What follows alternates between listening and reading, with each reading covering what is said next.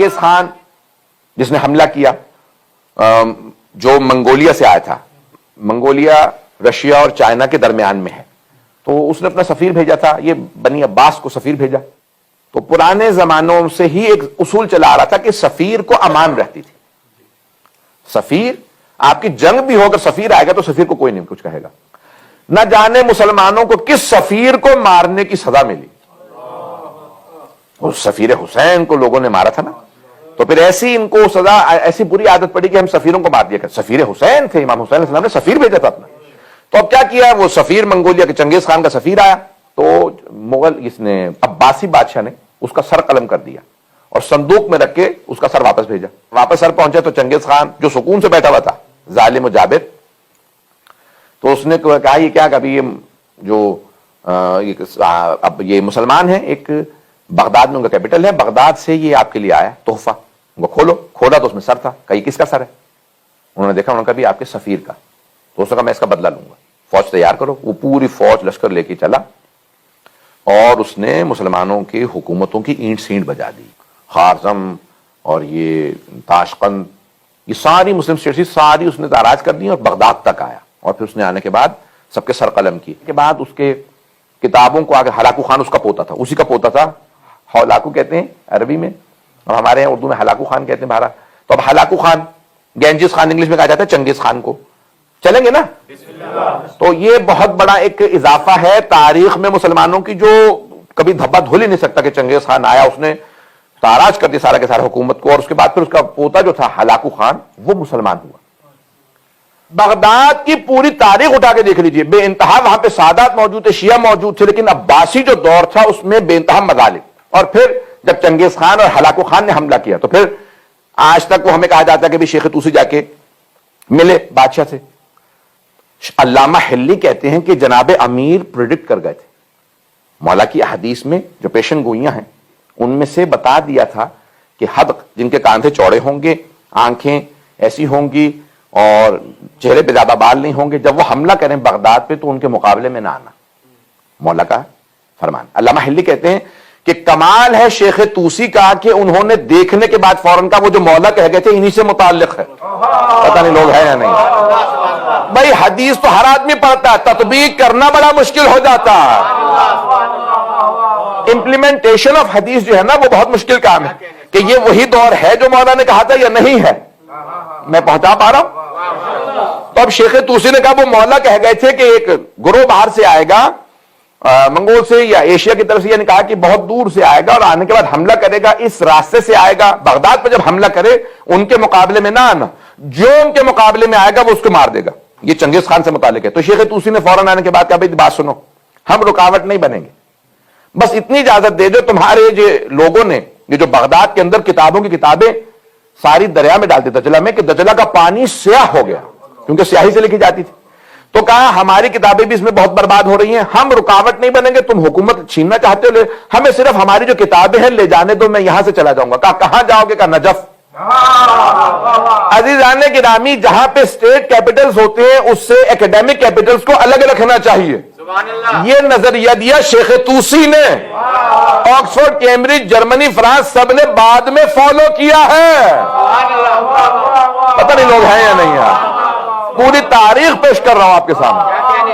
سب سے پہلے کہا کہ جہاں اسٹیٹ کیپٹل ہو، جہاں دارالخلافہ ہو، دارالحکومت ہو سیاسی، اس سے الگ رکھو ایکیڈیمک کیپٹلز کو. کہا کیوں؟ کہا جب بھی سیاست میں تبدیلی آئے گی، حملے ہوں گے دارالخلافہ پہ ہوں گے اور علمی میدان میں نقصان ہوگا، اس لیے ہم نے الگ کر دیا.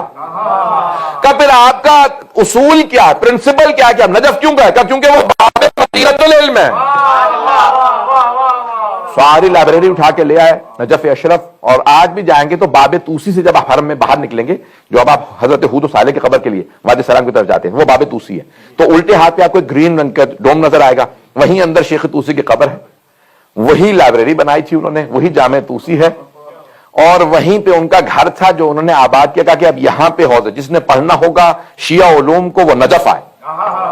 آج 1000 سال سے زیادہ اس کی تاریخ ہو چکی ہے جب شیخ طوسی نے حوضہ علمیہ نجف اشرف کی بنیاد رکھی. یہ عراق کی تاریخ میں سے ہمارا ایک بہت بڑا ورثہ. کہ عزیزان گرامی شیعہ جو ہے تاریخ پورے حوزے کی، وہ نجف اشرف بہت بڑی ہماری تاریخ ہے، 1000 سال۔ چنگیز خان کا جو پوتا تھا ہلاکو خان، اس ہلاکو خان کا پڑپوتا، ہلاکو خان کو مسلمان کیا تو کس نے؟ شیعوں نے۔ یہ بھی کوئی نہیں بتا گا آپ کو کہ شیخ توسی نے اس ہلاکو خان کو مسلمان کیا، لیکن یہ نہیں بتایا کہ شیعہ سنی ہوتے ہیں بکا مسلمان ہو جائے، کیونکہ اس میں مصلحت نہیں تھی، کیونکہ تمام کے تمام جو بنی عباس کا دور ختم ہو رہا تھا، وہ سب کے سب در پہ تھے شیعوں کے، اور شیعہ تقیہ میں تھے زیادہ، تو ان کے پاس اس وقت مصلحت نہیں تھی کہ کھل کے بتا سکتے کہ ہم لوگ الگ ہیں اور باقی لوگ الگ ہیں۔ بات پہنچ رہی ہے؟ شیعوں کا کنٹریبیوشن بتا رہا ہوں میں اپنی، ہم بات کر رہے ہیں کسی اور سے تو کچھ نہیں متعلق کہہ رہے ہیں۔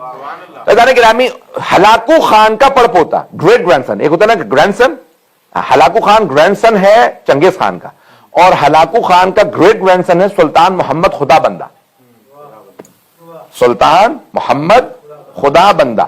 اب یہ فارس ہو گئے تھے، ایران میں پوری بادشاہت اس کی تھی، جس کا بڑا مشہور واقعہ ہے کہ جب وہ اہل سنت سے تھے اور وہ ایران میں شیعہ کیسے بنے سب کے سب، تو اس نے، آپ کو پتا ہے بادشاہوں کو اکثر مغلوب الغضب ہی رہتے ہیں، تکبر تو ہوتا ہی ہے، تو ہر آدمی کو ڈانٹتے رہنا، ہر ایک کو ڈانٹنا، تو غصے میں کہیں ملکہ سے لڑائی ہوئی تو اس نے کہیں کہہ دیا طلاق طلاق طلاق۔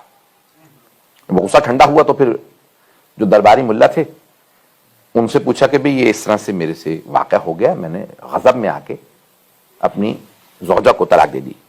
وہ طلاق ہو گئی ہے، اب جو ہیں کسی اور سے شادی ہوگی، پھر وہ طلاق دیں گے، عدت کے بعد پھر آپ شادی کر سکتے ہیں، جو آپ سارے مسائل جانتے ہیں، مجھے بیان کرنے کی ضرورت ہے۔ بادشاہ نے کہ توہین ہے ملکہ کہ میں کسی اور سے شادی کروں۔ وزیر تقیہ میں تھا، سلطان محمد خدا بندہ کا جو وزیر وہ شیعہ تھے، تو اس نے کہا بھئی یہ بہت بڑا مسئلہ کھڑا ہو گیا میرے لیے، اب کیا کروں مجھے سمجھ میں نہیں آ رہا۔ تو انہوں نے اپنے انداز سے کہا حل ہے، کیونکہ وہ شیعہ تھے، انہیں پتا تو تھا مسئلہ کہ یہ مسئلہ ہمارے حساب سے غلط ہے، اس کا حل ہے، لیکن جس کے پاس حل ہے نا وہ عراق میں ہے۔ کیا نام کیا کا؟ ان کا نام ہے علامہ ہلی، حسن ابن یوسف ابن مطہر ہلی۔ تو کہا تو حل ہے، تو کیا ہوا، مثلا عراق میں ہو، ہم سارا خرچہ دیں گے، ان کو بلا لو۔ کہا لیکن یہ جو آپ کے درباری ملا ہے نا، یہ اسے پسند نہیں کرتا، یہ نہیں بتایا کیوں، کہ بھی شیعہ ہیں رافضی ہیں کیا ہے۔ کہا بھئی کیوں پسند نہیں کرتے؟ کہا یہ میں نہیں سمجھ سکتا، یہ تو مولوی سمجھیں گے۔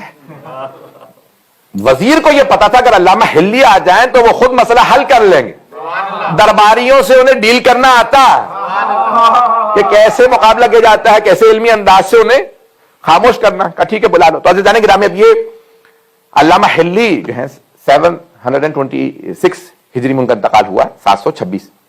یہ اب دور ہے جہاں پہ تشیع کھل کے سامنے آیا۔ انہوں نے بہت کھل کے ابن تیمیہ جو ان کے زمانے میں، یعنی وہابی جو آج کہا جاتا ہے تکفیری یا وہابی سوچ، اس سارے کے ساتھ ٹی وی پہ جا رہا ہے، مجھے پرواہ نہیں ہے اب، تو اب یہ جو پورا کا پورا فکر ہے، جو ساری کتابیں ہیں، وہ محمد ابن تیمیہ نے ساری کتابیں لکھی۔ یہ جتنے بھی یہ نظریات جو وہابی نظریات، ان کا باپ مانا جاتا ہے۔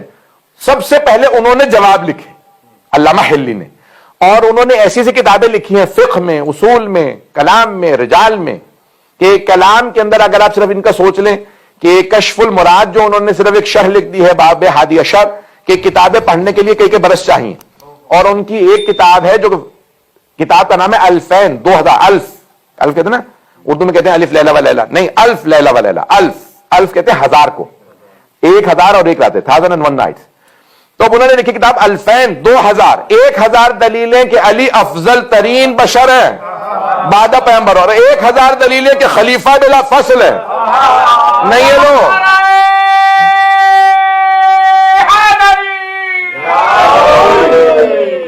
غور فرما رہے تھے جانے کی رب۔ تو انہوں نے کتاب 2000، کتاب کا نام ہی ہے 2000، 1000 دلیلیں کہ مولا افضل ہیں اور 1000 کے خلیفہ بلا۔ کہنا بڑا آسان ہے، میں بڑے بڑے علماء سے کہوں نا 100 دلیلیں لکھو، 100، 1000 نہیں 100، تو بہت سے نہیں لکھ پائیں گے، آج کل یہ عالم ہو گیا، اور لوگ ہر جگہ آدمی ٹی وی پہ جا کے بیٹھ جاتا ہے تشیع کا جو ہے نمائندگی کرنے کے لیے۔ یہ پاکستان سے متعلق کہہ رہا تھا، چلیں چلا گیا تو چلا گیا ہو۔ تو جانے کے نامی اب یہ بہت ضروری ہے مسئلہ۔ تو اب 1000 دلیلیں اس زمانے میں انہوں نے لکھی، اور مختصر سی، بعض اوقات انسان پڑھے تو سوچنا پڑتا ہے کہ کیا کہہ رہے ہیں یہ، اتنی باریکی سے۔ اب ایک مرتبہ دعوت دی گئی، تو اب یہ دور ہے علامہ ہلی کا، وہ آئے، اور آنے کے بعد دیکھا تو اب وزیر نے کہا بھی میں نے تو اہتمام کیا تھا آپ کے لیے، آئے تو دیکھا کہیں نہ کرسی بیٹھنے کے لیے نہ کچھ اہتمام۔ درباری ملاؤں نے پورا منصوبہ بنا رکھا تھا کہ بھئی وہ کھڑا رہے آ کے اور کوئی کرسی نہ لگائے, ان کے بیٹھنے کی جگہ نہ ہو. علامہ حلی بہت سمجھدار, یعنی آپ جانتے ہیں نا کہ کم سنی کے اندر مجتہد بن گئے تھے, جینیس سے. جیسے دربار میں آئے تو انہوں نے فوراً جوتے اٹھا کے اپنے بغل میں رکھے اور تخت پہ آ کے بیٹھ گئے. سارے کے سارے ملاؤں کو موقع مل گیا, کہا اسے دربار کے آداب نہیں آتے, اولاً تو جوتے اتار کے بغل میں رکھے, دوسرے بادشاہ سلامت آپ کے سامنے یہ جھکے نہیں, اور تیسرے تخت پہ بیٹھ گئے. بادشاہ کو بہت غصہ, ایک تو چنگیز خان کی نسل, پتہ نہیں لوگ ہیں یا نہیں. تو فوراً اپنے وزیر سے کہا بھی کس آدمی کو تم نے بلایا ہے, بھی کمزور سے پتلے دبلے, اور آنے کے بعد جو ہے وہ میرے تخت پہ ساتھ بیٹھ گئے. انہوں نے کہا حضور آپ خود ہی بتائیے کہ کیا معاملہ ہے, میں تو آپ کی نمائندگی نہیں کر سکتا. تو انہوں نے کہا کہ بھئی رکوع و سجود اللہ کے لیے, بادشاہوں کے لیے نہیں, اس لیے ہم جھک کے نہ رکوع کرتے ہیں بادشاہوں کو, نہ سجدے کرتے ہیں. توجہ ہو.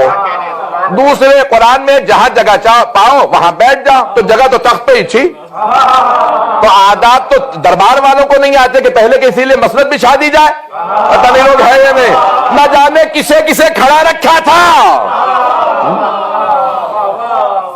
بات پہنچ رہی ہے. اور تیسرے جوتے میں نے اپنے بغل میں اس لیے رکھ لیے تھے کیونکہ چوتھے امام نے, ہمارے نہیں, انہوں نے نام لیا, میں مجبوراً نہیں لے رہا ہوں, تو انہوں نے چاروں کے نام لکھا کہ انہوں نے رسول خدا کے مسجد نبوی سے جوتے چرا لیے تھے. تو انہوں نے کہا امام احمد بن حنبل تو تھے ہی نہیں رسول خدا کے زمانے میں, وہ تو 175 سال بعد آئے, یہ آپ نے اتنی بڑی تہمت لگا دی ان پہ. تو کہنے کہ نہیں مجھ سے غلطی ہو گئی, وہ ان سے پہلے امام شافعی رہے ہوں گے. انہوں نے کہا وہ 135 سال بعد آئے ہیں, وہ بھی رسول خدا کے زمانے میں نہیں تھے. کہا پھر مجھ سے دھوکہ ہو رہا ہے, وہ امام مالک رہے ہوں گے جنہوں نے چوری کی ہو. تو امام مالک چور رہے ہوں گے. انہوں نے کہا نہیں وہ 95 برس بعد آئے ہیں. تو انہوں نے کہا پھر امام ابو حنیفہ چور ہوں گے. کہا نہیں وہ 75 برس بعد پیغمبر کے پیدا ہوئے. تو انہوں نے اپنے جوتے نکالے رکھے پہنے. کہا ان چاروں نے خود ہی بتا دیا کہ 75 95 135 175 سال بعد پیغمبر کیا. میں جس امام کا ماننے والا ہوں وہ مکے میں بھی ساتھ تھے, مدینے میں بھی ساتھ تھے, سفر میں بھی ساتھ تھے, حضر میں بھی ساتھ تھے, وہ جنگ میں بھی ساتھ تھے, صلح میں بھی ساتھ تھے, گھر میں بھی ساتھ تھے, مسجد میں بھی ساتھ تھے, فرش پہ بھی ساتھ تھے.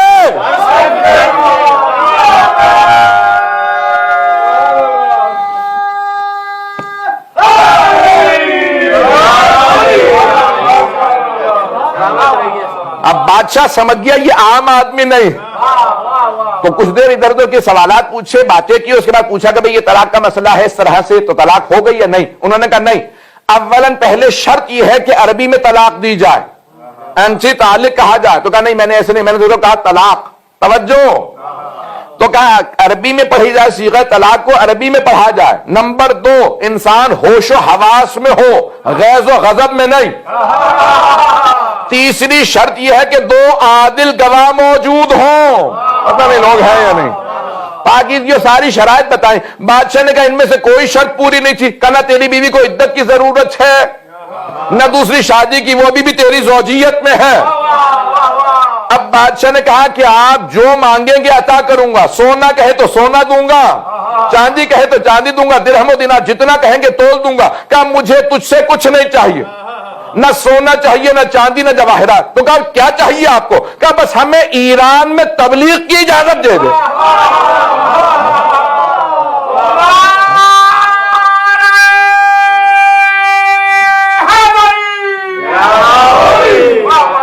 چلتے رہیں گے میرے ساتھ. کہا ہمیں ایران میں تبلیغ کی اجازت دے دے. کہا کہ ٹھیک ہے جہاں چاہیں تبلیغ کیجئے. باقی سب نے کہا نہیں تم نہیں جانتے, یہ دھوکہ دے رہا, یہ رافضی ہے. اب بادشاہ کو معلوم نہیں, رافضی کیا ہوتے ہیں. انہوں نے علامہ حلی نے کہا جسے کہو میرے مقابلے میں لے آؤ, میں بیٹھ کے یہاں دفاع کرنے کے لیے تیار ہوں. انہوں نے چھیڑ کے غلطی کی, وہ سمجھ نہیں رہے تھے ہم بھیڑوں کے چھتے میں ہاتھ ڈال رہے ہیں. انہیں نہیں پتا تھا یہ علامہ حلی ہے. مناظرے جب ایک عالم ہارا, دوسرا, تیسرا, چوتھا, جب سارے کے سارے ہارنے لگے, کہا بلاؤ ابن کثیر کو. اس نے آ کے کہا اتنے سے آدمی سے میرا مناظرہ, یہ پتلا دبلا چھوٹا سا. کہا اتنا چھوٹا اس لیے ہوں کہ انا ابن واحد میں ایک کا بیٹا ہوں, تو ابن کثیر ہے.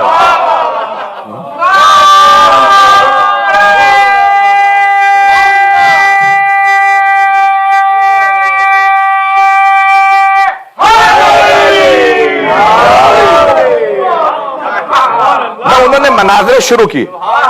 علامہ حلی نے پورے کے پورے ایران کے اندر تشیع پھیلنے لگا. عزیزان گرامی، بادشاہ نے اعلان کر دیا کہ میں اعلان کرتا ہوں آج سے میں شیعہ ہوں. توجہ ہو. اب آپ جانتے ہیں نا، جو بادشاہوں سے محبت کرنے والے تھے، نہ انہوں نے دلیل سنی نہ پرکھی. کا اتنا بڑا ظالم بادشاہ ایک ہی لہجے کے اندر اس نے شیعہ کر لیا، اس کا مطلب ہے یہ حق ہوگا.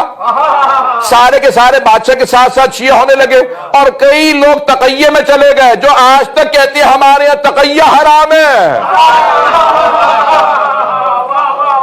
ان کی نسلیں پھر شیعہ رہ گئیں. تو جانے گرامی، اب یہ علامہ حلی نے بہت زیادہ، پھر ایک مرتبہ بادشاہ نے کہا اب میں شیعہ بھی ہو گیا ہوں، میرے دربار میں آپ رہی، یہ سارے درباری ملا نکال دوں گا. کہا نہیں، میں نے ایک دربار لیا، وہ ہے نجف کا. میں نے علی کا دربار لیا، اب میں کسی اور کے دربار پہ نہیں رکنے والا. تو کہا پھر میں واپس جا رہا ہوں. کہا لیکن میں جب شیعہ ہو گیا ہوں تو کون مجھے نظام بتائے گا، اور یہ سارا کا سارا نظام کس طرح سے بنایا جائے گا، یہ محل میں چاہتا ہوں. تو کہا کہ میرے پاس ایک آدمی ہے کہ جس کی قابلیت میں دو رائے نہیں ہے، وہ تمام علوم و فنون کے اندر ماہر ہے. کچھ عرصے کے لیے آپ کے پاس آ جائیں. میرے شاگرد بھی ہیں، استاد بھی. فقہ علامہ نے ان کو سکھایا تھا، فلسفہ انہوں نے علامہ کو پڑھایا تھا. کہا وہ کون ہے؟ ان کا نام ہے خواجہ نصیر الدین طوسی. ہے آپ کے ایران کے، لیکن عرب میں رہے ہیں تو عربی فارسی دونوں پہ مسلط ہیں. توجہ ہو. خواجہ پیدائشی طور پہ اسماعیلی تھے، ششمامی تھے، 12 اماموں کو نہیں مانتے تھے. جب انتقال ہو رہا تھا تو کاظمین میں مر رہے تھے. توجہ. تو اسماعیلیوں نے کہا کہاں لے جائیں آپ کو، مرنے والے آپ. کہاں میرا آخری ایام ہے بس. کہاں لے جائیں، نجف یا کربلا؟ کہا نہیں، باب الحوائج کی بارگاہ میں مروں، کہیں اور چلا جاؤ. پتہ نہیں لوگ ہیں یا نہیں. کہا باب الحوائج کی بارگاہ، تاکہ لوگوں کو یاد رہے یہ 6 امامی نہیں تھا، 12 کا ہو گیا تھا. کہ مجھے یہی دفنانا ان کے قدموں میں. کہ قبر پہ کیا لکھے؟ میں پورا خون ذکر دے رہا ہوں اس وقت. قبر پہ کیا لکھے؟ آیت اللہ لکھے، علامہ لکھے، محقق لکھے. ٹائٹل کیا لکھے؟ کون کون سے القابات؟ کہ سورہ کہف کی آیت کا بس یہ ٹکڑا قبر پہ لکھ دینا، وَكَلْبُهُمْ بَاسِطٌ ذِرَاعِهِ بِالْوَسِيدِ. اصحاب کہف کا کتا ان کے سامنے ٹانگیں پھیلائے سو رہا ہے. کہ میری قبر پہ بھی یہی لکھنا، ان کے سامنے اگر حکم خدا نہ ہوتا میں کہتا ٹانگیں سمیٹ دینا. اب سمجھ میں آیا کہ کتنے بڑے بڑے علماء ہیں. یہ وہ دور ہے کہ جہاں تشیع پھیلا ہے. ان علماء کی زحمتوں سے لوگ شیعہ ہوئے سارے. یہ علامہ حلی نے، خواجہ نصیر، انہوں نے پورا علاقے شیعہ کر دی، یہ پورا ایران.